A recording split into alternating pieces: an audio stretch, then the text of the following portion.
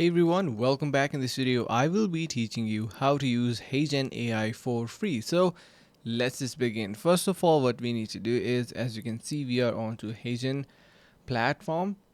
Simply need to click onto this sign up for free option on top right side, and once you do that, it will be asking you the medium that you want to use to simply sign in.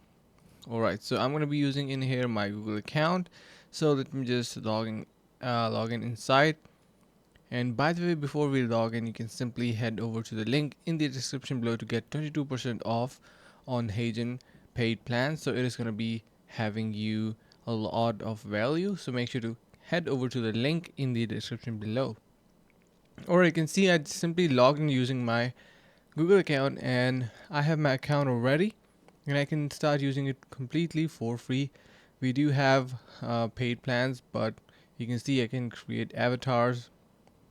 We have these avatars to work with.